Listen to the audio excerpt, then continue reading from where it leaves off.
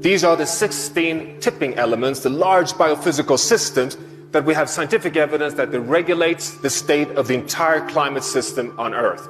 9 of these 16 are showing signs of instability.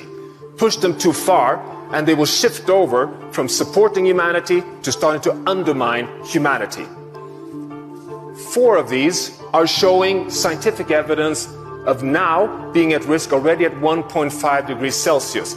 We're approaching this point very rapidly. 2 of them, the Greenland ice sheet and the West Antarctic ice sheet, together represent 10 meters sea level rise. This shows scientifically that 1.5 degrees Celsius is a physical limit. It is not a political target. But what I say next will be the most alarming thing. We have more and more scientific evidence of connectivity between these tipping elements. Cascade risk of dominoes. Let me give you one example. Here's the one that is most researched. Greenland ice sheet, accelerated melting, warming 4 times faster than the planet as a whole, releasing cold fresh water, slowing down the overturning of heat in the North Atlantic, pushing the whole monsoon system down further south, causing droughts and forest fires over the Amazon rainforest. One more tipping element system, locking warm surface water in the Southern Ocean, accelerating the melting of the West Antarctic ice sheet.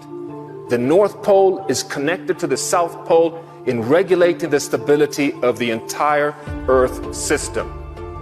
Dear friends, scientifically, this is not a climate crisis. We are now facing something deeper.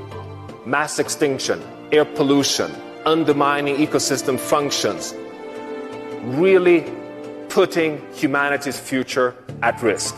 This is a planetary crisis.